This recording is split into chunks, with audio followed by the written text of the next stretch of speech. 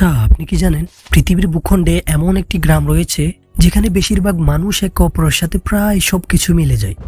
যে গ্রামে বেশিরভাগ মানুষই একে অপরের যমজ। একজনকে দেখলে মনে হবে এই তো মুখটা তো একটু আগেই দেখলাম। যে গ্রামটি বহু বছর ধরে পুরো পৃথিবীকে অবাক করে যাচ্ছে। হয়তো আপনি ভাবছেন এটা কেবল সিনেমাতেই সম্ভব, কিন্তু না, এটা একদমই বাস্তব একটি গ্রাম। ওখানে এমন শত শত মানুষ আছে যাদের চেহারা, আচরণ, এমনকি কণ্ঠস্বরও এক অপরের মতো। সেখানকার স্কুলগুলোতে যদি 100 জন ছাত্র থাকে, তার মধ্যে প্রায় 30 জনই যমজ। আপনি অবাক হচ্ছেন, তাই তো? প্রিয় দর্শক, ওই গ্রামের মানুষদের এক অপরের সাথে এতটা মিল যে পার্থক্য খুঁজে পাওয়া প্রায় অসম্ভব। আপনি হয়তো ভাবছেন এটাও কি সম্ভব? ইয়েস, এটা একটি সত্য ঘটনা। তাই প্রিয় দর্শক, আজ আমরা ওই গ্রামের আনাচে কানাচে সব গোপন তথ্য খুঁটিয়ে দেখার চেষ্টা করব। কি আছে ওই গ্রামে যে ওখানকার বেশিরভাগ মানুষের যমজ হয়? তাই প্রিয় দর্শক, ভিডিওটি শেষ পর্যন্ত দেখতে থাকুন এবং আমাদের চ্যানেলটি সাবস্ক্রাইব করতে যেন ভুলবেন না। চলুন প্রিয় দর্শক, শুরু করা যাক আজকের ভিডিও। প্রিয় দর্শক, গ্রামটির নাম হলো কদিনী।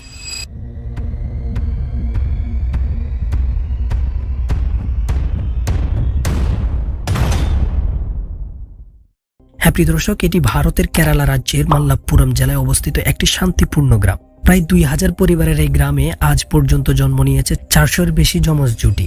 মনে করেন একটি স্কুলের শ্রেণীতে 30 জন ছাত্র রয়েছে, আর তার মধ্যে 15 জনই জোড়া যমজ। একই পোশাক, একই মুখ, একই হাসি। শিক্ষকরাও মাঝে মাঝে বিভ্রান্ত হয়ে যান। প্রিয় দর্শক, গবেষকরা বলেছেন 1940-এর দশক থেকে করণীতে টুইন জন্ম বাড়তে শুরু করে। শুরুতে গ্রামের মানুষ ভাবতো এটা নাকি ঈশ্বরের আশীর্বাদ, কিন্তু সময়ের সাথে সাথে দেখা গেল প্রায় প্রতি 1000 শিশুর মধ্যে 45 জন টুইন হিসেবে জন্ম নিচ্ছে। অর্থাৎ ভারতের গড় টুইন জন্মহার যেখানে 9-এর নিচে, সেখানে করণীতে তা 5 গুণ বেশি। তাই বিশেষজ্ঞরা এই গ্রামকে নাম দিয়েছেন the twin village of India. প্রিয় দর্শক, বিজ্ঞানীরা করণীর মাটি, পানি, এমনকি মহিলাদের ডিএনএ পরীক্ষা করে দেখেছেন, কিন্তু কোনো নির্দিষ্ট কারণ আজও খুঁজে পাওয়া যায়নি। কেউ বলেন গ্রামের পানিতে আছে বিশেষ খনিজ উপাদান, যা হয়তো হরমোনের উপর প্রভাব ফেলে। আবার অনেকে বলেন এটি জিনগত উত্তরাধিকার, অর্থাৎ প্রজন্মের পর প্রজন্ম ধরে যমজ হওয়ার প্রবণতা তাদের রক্তেই বয়ে চলেছে।